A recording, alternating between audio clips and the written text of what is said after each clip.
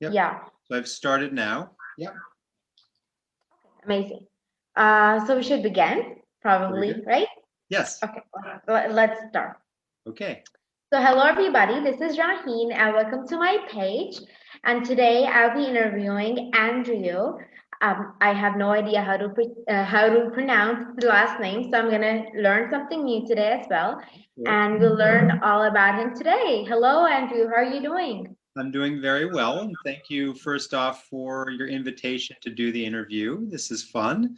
How to pronounce my last name? So it's Shurtleff, and you can either call me Andrew or Dr. Andrew Shurtleff, whichever you prefer. The last name is pronounced Shurtleff, Shurtleff. So I get that it can be a little bit tricky. And how do I Yes. pronounce your last name correctly? Okay, so mine is Fatima. Fatima. Fatima. Okay, very good. So Yeah, Fatima, great. yeah, All right, take it that's away. my. Yes, Okay, so let's begin with your introduction so we know who you are, and then we'll begin with the interview. sure. So I am a doctor of education, and I specialize in adapting to crises in the digital age. So that's something like now, for instance, this pandemic. So what I do is I work my clients through their life issues by changing the structure of their bodies. And I also address issues of anxiety, addiction, isolation, intellectual limitation, and professional blockages. So, as a coach, I teach a series of breathing and movement exercises that transform the level of emotional tolerance that my clients have, which means that they're able to deal with more and process more as a function of their bodies coming into alignment and being able to reduce stress, tension, and pain in their body through these exercises. So they're very powerful tools that I teach to my clients and my clients can use to help themselves. And then that I will also do, though it's not like chiropractics or anything, my clients are doing them while I also do them. And so that they can mirror me and I can adjust things as we go so their bodies come into true alignment. So that's the coaching side of things. And that, of course, can also include professional, academic, social, emotional advisement as well. And I also do excursions with some clients where we go on trips. I've gone as close as West Point and as far as the country of Turkey. The most recent excursion I did was down to Chile. And those are opportunities to have intensives with me over a number of days where we do the exercises and also work on their lives. And that can also help open them up to the world, connect to other people, things like that. So right now, since people are restricted with the COVID issues, what I've been saying to folks is that if they like to do an excursion but can't go on one with me physically, I have this book. This is one of my books. It's called Leaning on Cedars.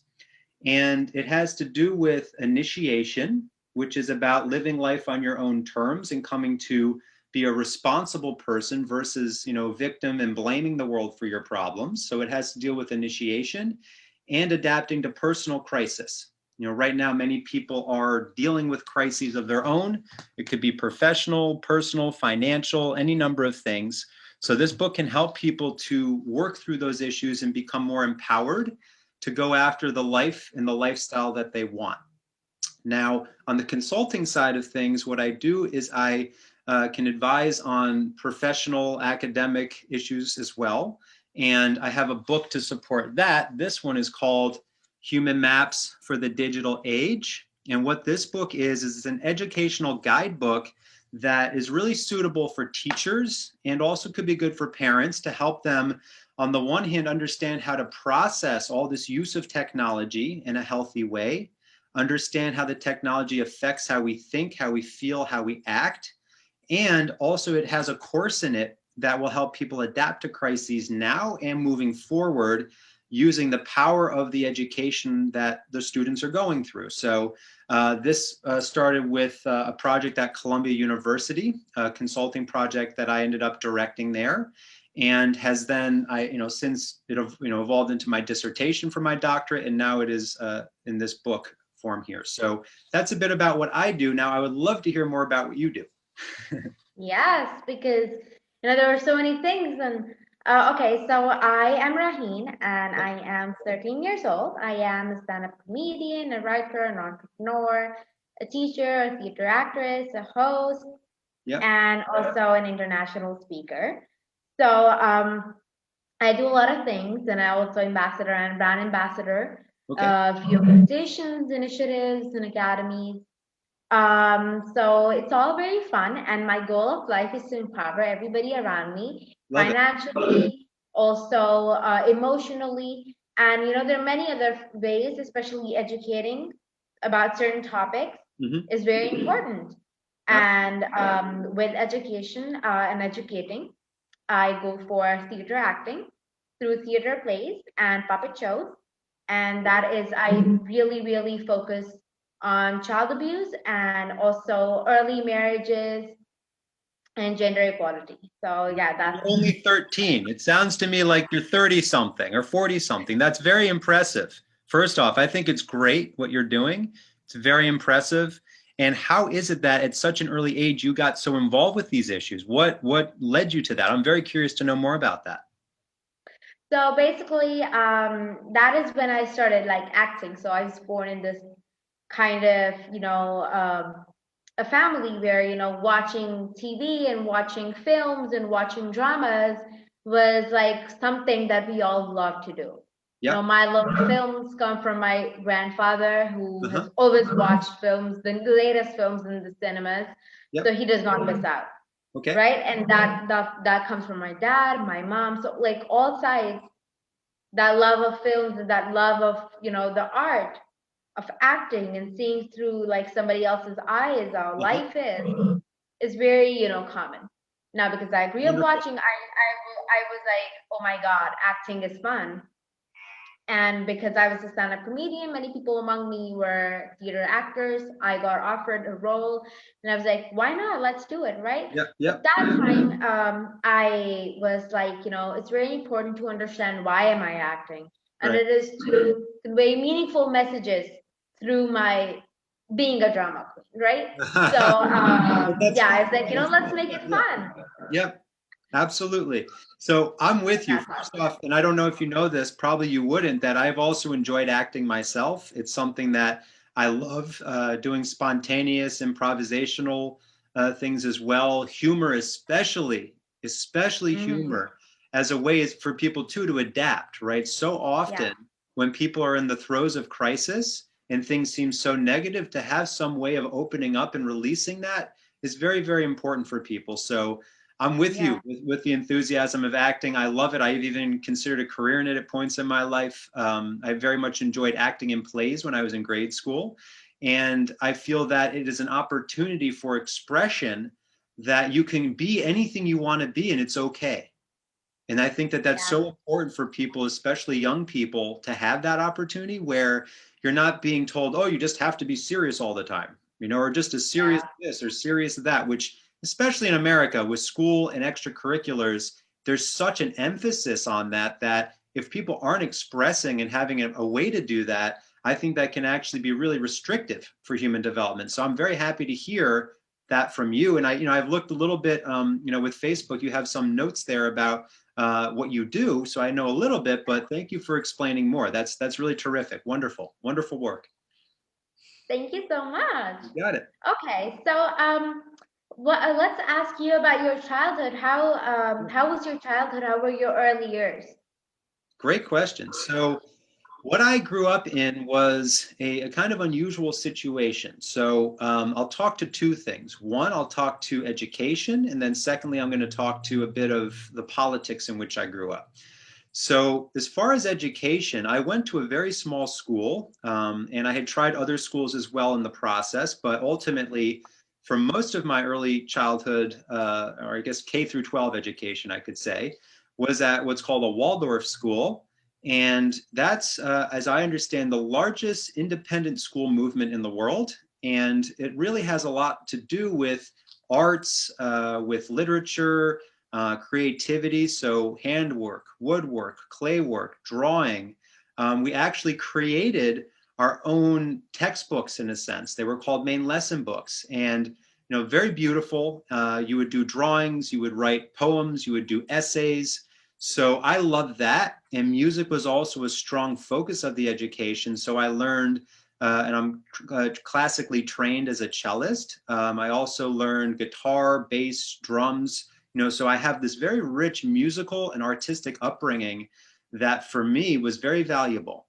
And what that provided for too was something that comes into a more personal side, is that this book that I mentioned, right, Leaning on Cedars, this actually started out of two near-death experiences that I had at an early age. I almost died when I was in 8th grade from a snowboarding accident.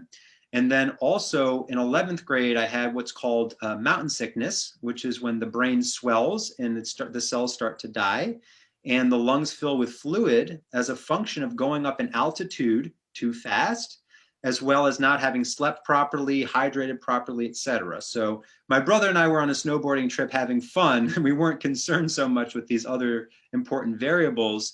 I almost died on that second one. I had about 6 hours to live by the time I got to the emergency room.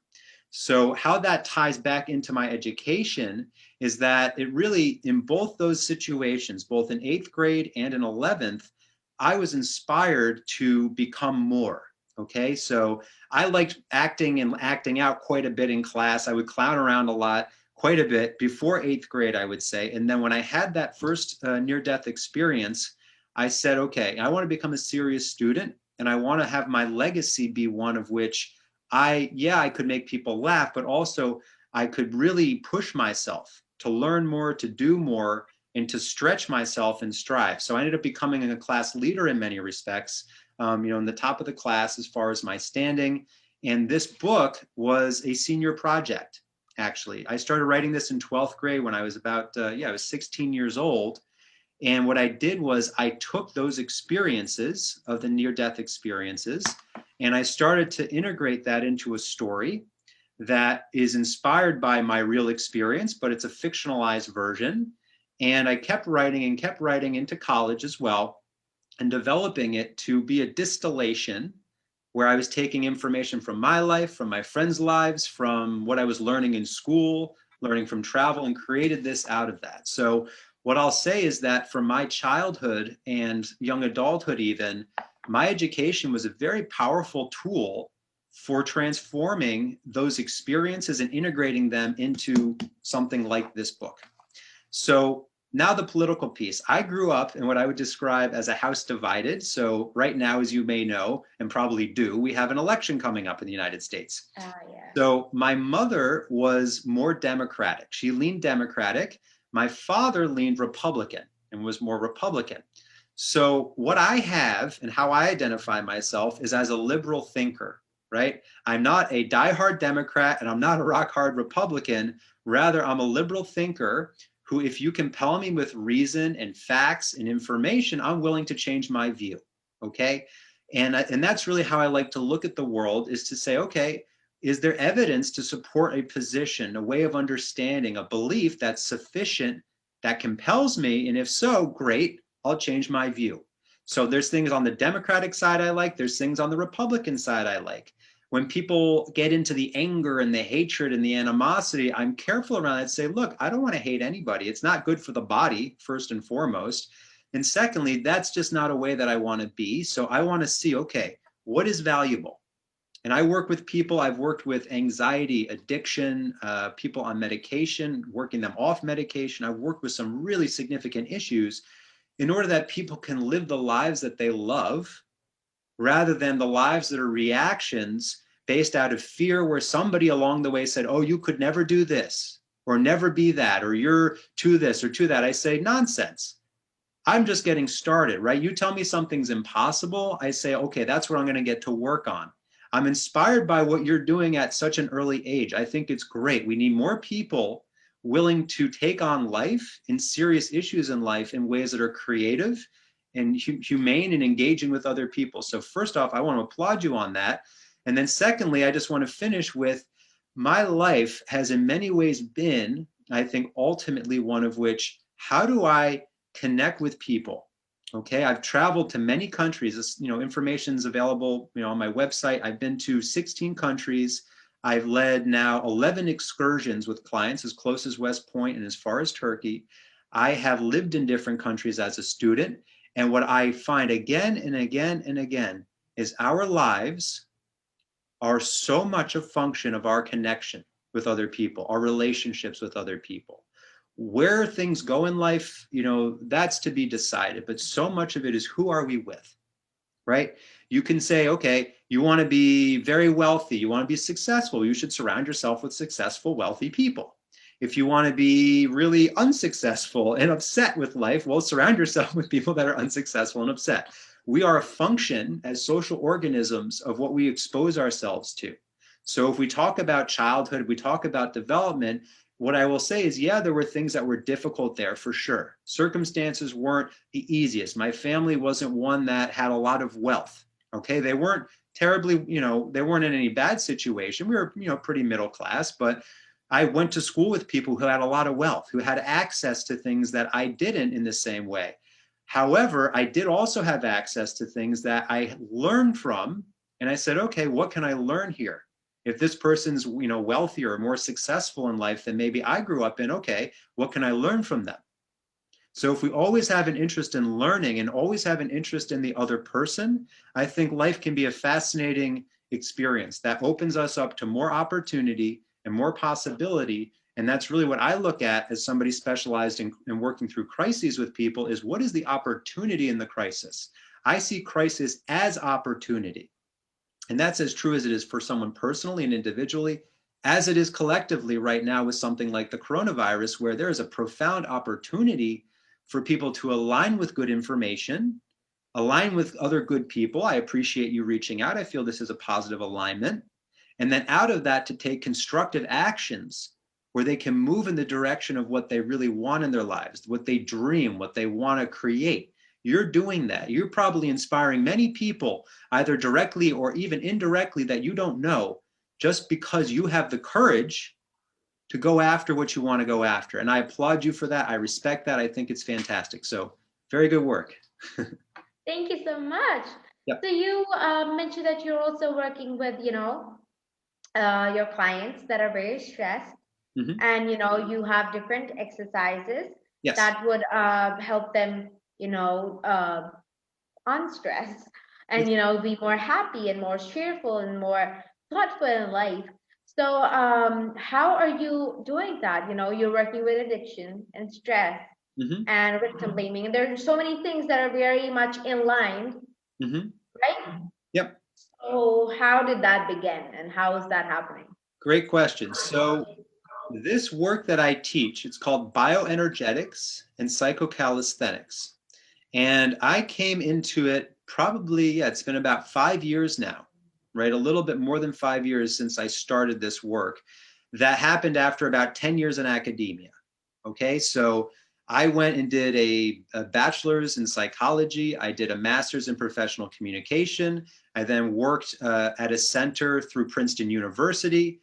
Then I went back to school at Columbia, did a second master's and a doctorate in education.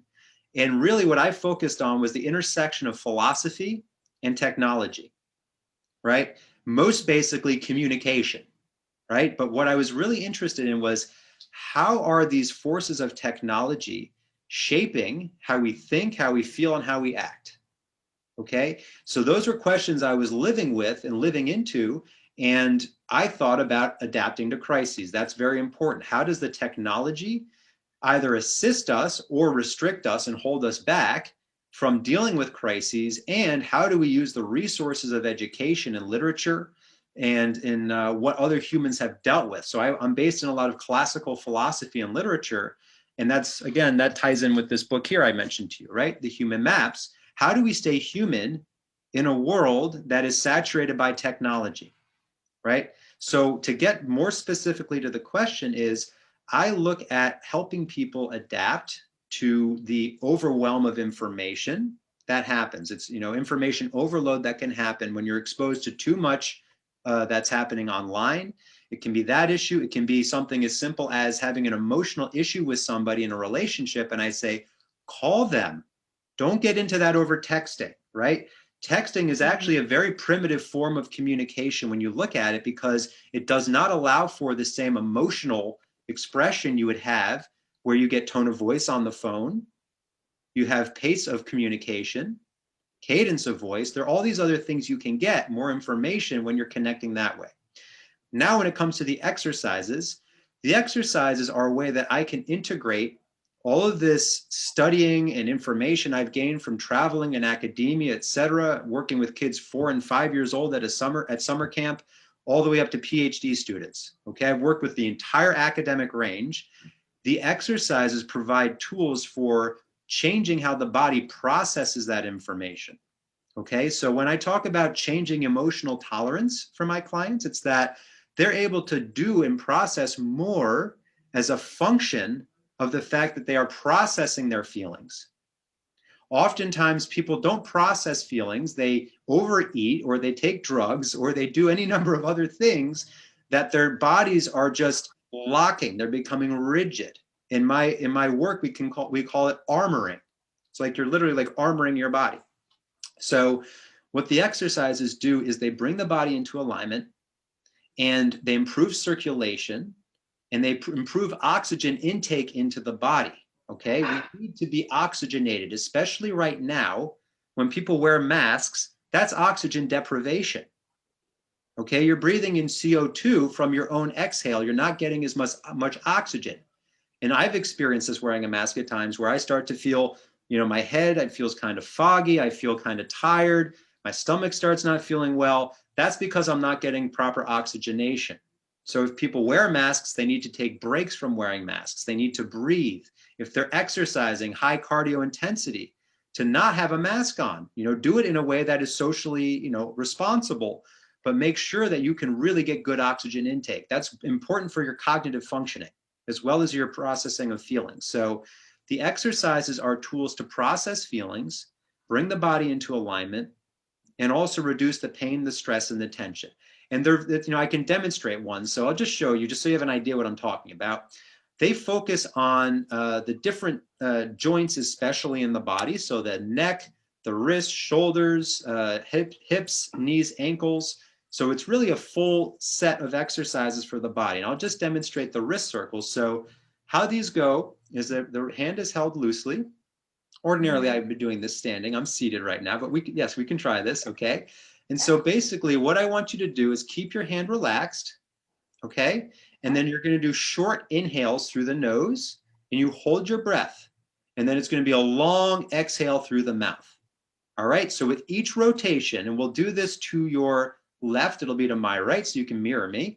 As you do the inhale, right, you hold your breath, short incremental inhales, and then when I say exhale, do a slow, long exhale. So let's give it a shot. We'll just do 6 rotations. All right, so begin.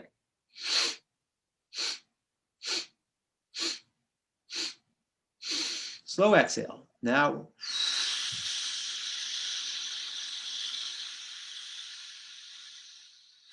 okay, always inhale through the nose, then exhale through the mouth. So let's try it again. Again.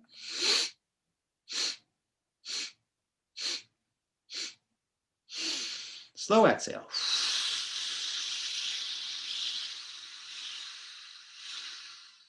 I'm sorry, I realized my hand was a little outside the camera. We'll do one more.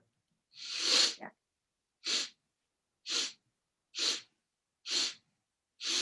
And exhale.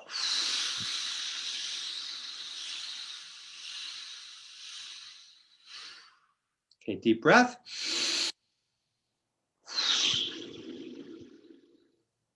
Again.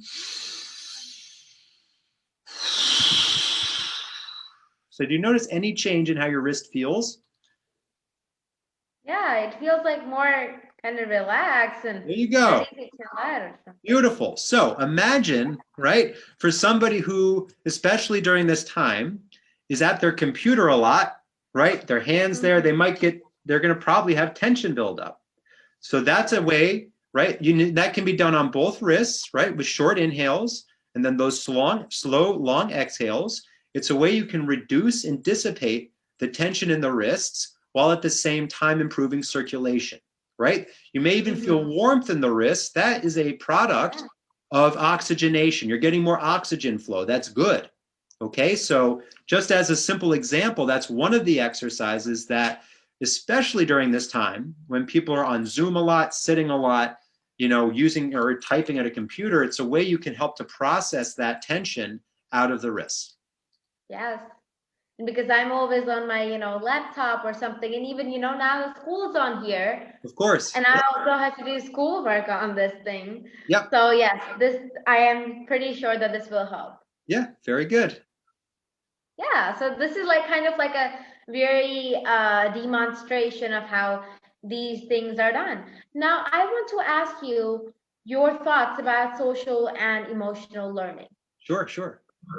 So it's another very good question. So with regard to that, I actually was an experiential education facilitator. It's a kind of a long a long title, but Yeah. there's actually one more word. So urban experiential education facilitator when I worked at Princeton. Okay, this I was hired through the university, and this was a center there that worked with kids in the inner city. So we worked in Harlem, New York, and we also worked with kids in Trenton in New Jersey. So what we did was we did different activities that would help kids work on their communication. A lot of it was around communication.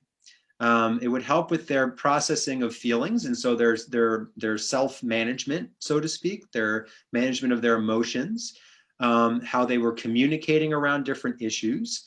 And we also did trips with them where we went up to northern New Jersey, and they would stay there. It could be for one night. Sometimes I think they would do longer trips, but I think often, at least what I was involved in, was one night there, maybe two. And we would do different adventure course activities with them, which is more in the adventure education space, but also has to do with social and emotional learning. So I think the key with social emotional learning is the doing of things, especially the doing of things within a group context, right? So it's very powerful when, for instance, you have an exercise like Lava River, okay? That's the name of it. And what it is kids have, and it can be young adults, it can be adults even that do this, they have a certain number of, you could call them lily pads, right? But they could be like rubber mats that you would stand on.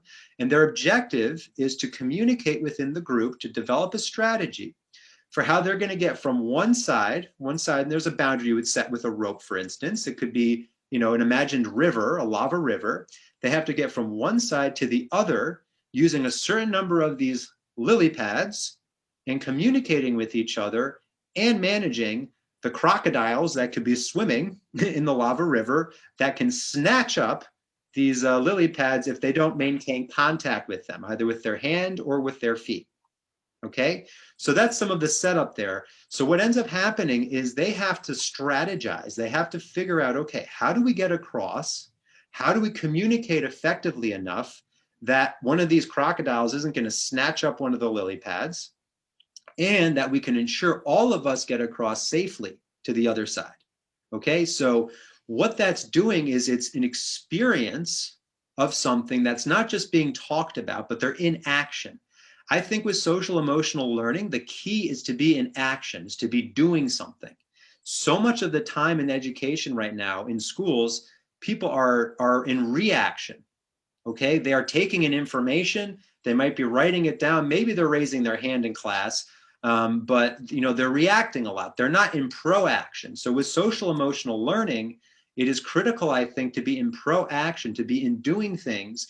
And what that's doing for the body is it's mapping out and patterning different responses emotionally, neurologically, that then the participant comes away from and says, oh, okay, I got all the way across the lava river. I know I can do this. How did I do it? I did it through communication, through listening, also contributing if necessary, and strategy. So there's a whole range of learning opportunities and outcomes that come out of something so simple, right? Like trying to cross this lava river. I mean, that sounds like a pretty simple exercise, but what people are learning is this communication, emotional regulation as well. How, if something doesn't work out, they have frustration. Okay, how do they manage that? What is the appropriate way to manage that? Do they start cursing and getting angry and inappropriate? Or do they say, okay, I'm upset.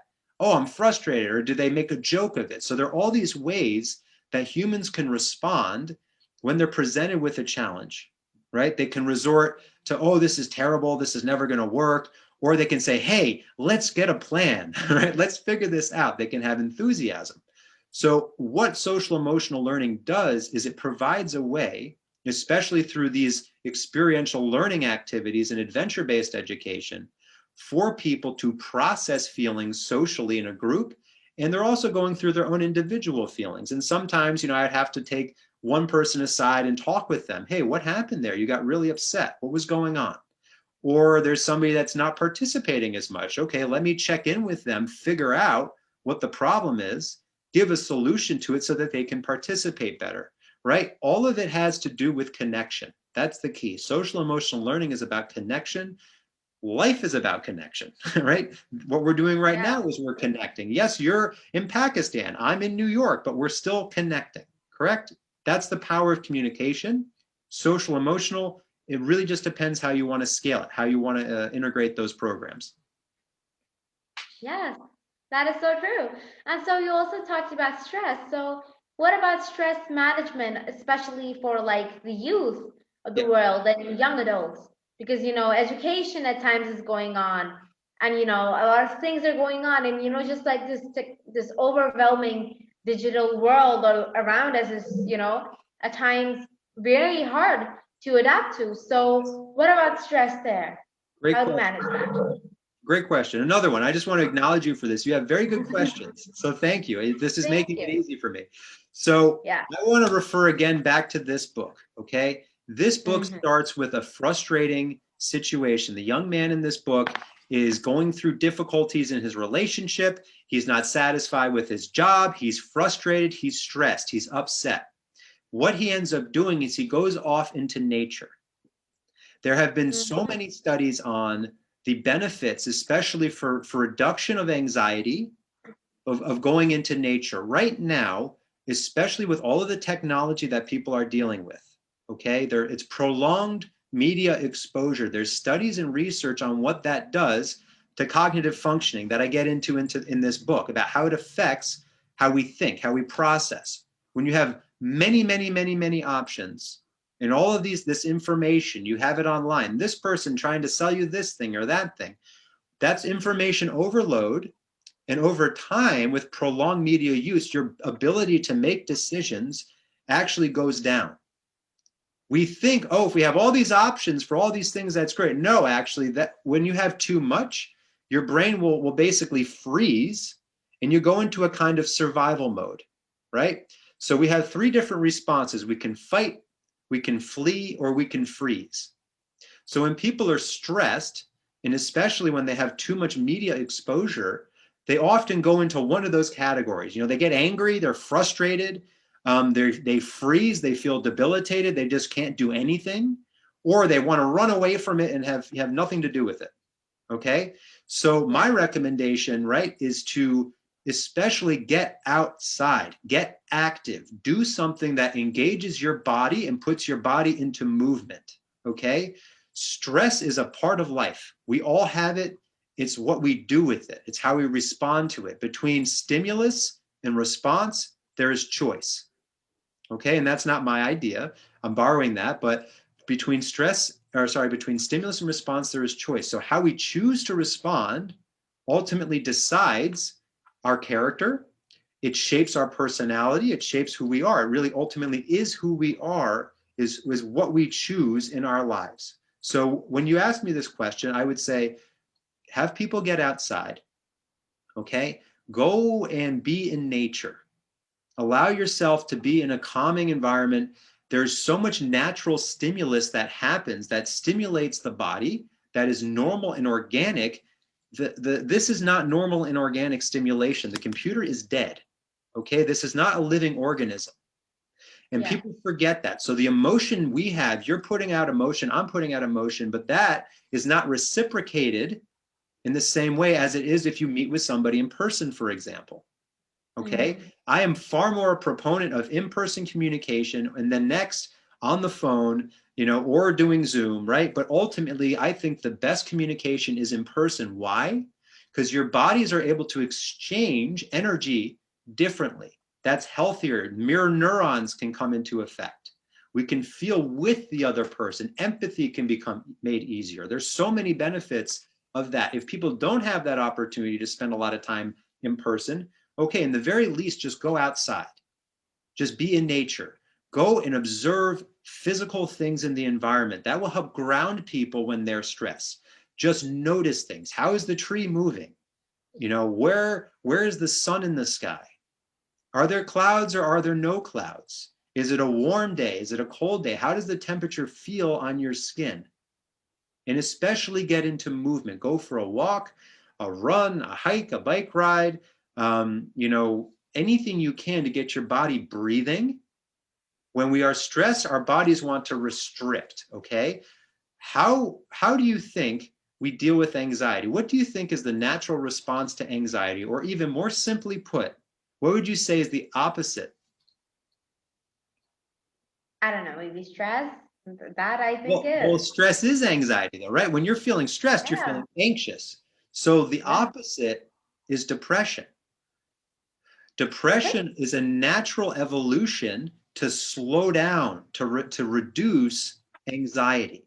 You can't exist in a very anxious state for very long, right? There's overactivity in the vital organs in the body.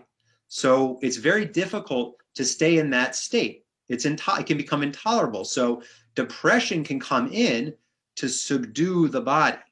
All right. Many people go to work and are depressed, right? They do jobs they don't like, and they're just fine with being depressed. Maybe medicated, maybe not. But the thing is, they are not processing those feelings effectively. The body is shutting down. So when I say breathing, especially for stress, getting active, getting outside, so you can process that and not go into the withdrawal and the isolation of depression, which can lead to all these other addictive behaviors that are unhealthy for the body and for the individual, individually as well as socially.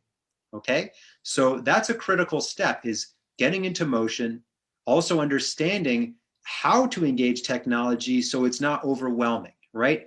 Doing a 30 minutes at a time, probably a good idea. Doing 30 hours or even 20 hours or 10 hours or 3 hours, it's a lot, right? Taking breaks, breathing, because again, this is not going to be giving you back the energy and the feelings that you would have in a normal connection and communication with somebody in person. It's different. So getting outside, being aware of the media use so that it's not overwhelming, that you're doing it within increments, you're taking breaks, and then especially doing activities that are going to enhance and increase your breathing, increase your heart rate, right? Cardiovascular activities are very powerful for stress reduction, very, very powerful. I was a runner for many years. I loved running, and I would do that a lot, in high school as well as in college. That was a very powerful tool for reducing stress. So those are some recommendations there. Thank you so much. It was Yep. amazing hearing from you. So now that our interview is coming to an end, Yep. I'd like to ask you three questions. Sure. The very last small three questions. Yes. First, you mentioned both of your books. If Yes. anybody wants to get it, I want to get it myself. Very How good. can we get it? Thank you for that. So both of them are available on Amazon, and there are Kindle editions as well as paperback. And for this book, just to note, this is the most recent edition of it. This is how it looks. There was a former version I had through a publisher, which I've since gotten the rights back and I've put out myself. And this is slightly revised as well. So this is the one to buy. And then, this book, also Kindle paperback, they're both available on Amazon. So very good question. Okay, amazing. Now, what is one message that you would like to give out to all of the audience? So I think for me, the one message I want to give out has two parts. And I'm going to share a story. Is it okay if I share a story to explain this a little bit? Yeah, for sure. So at the end of the Iliad by Homer, there's a powerful situation that happens, a powerful meeting between King Priam of Troy and Achilles of the Greeks.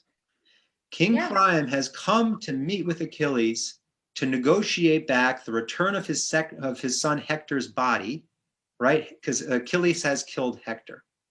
Hector killed Achilles' best friend, as I understand, Paris. Okay, so both King Priam and Achilles have suffered greatly.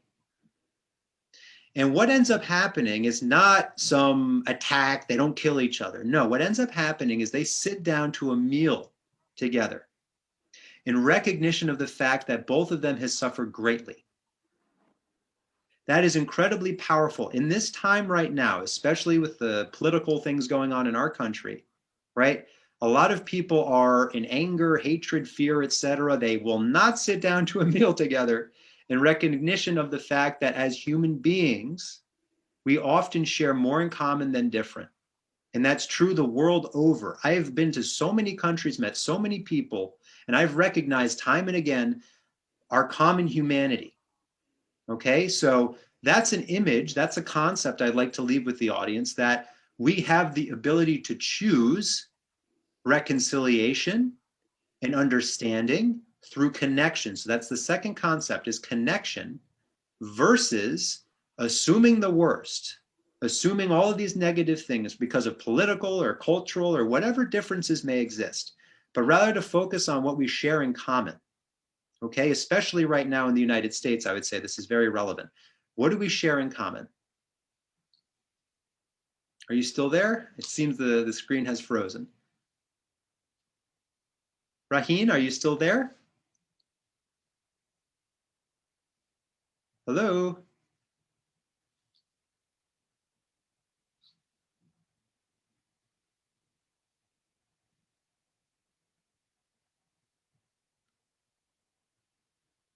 Hello?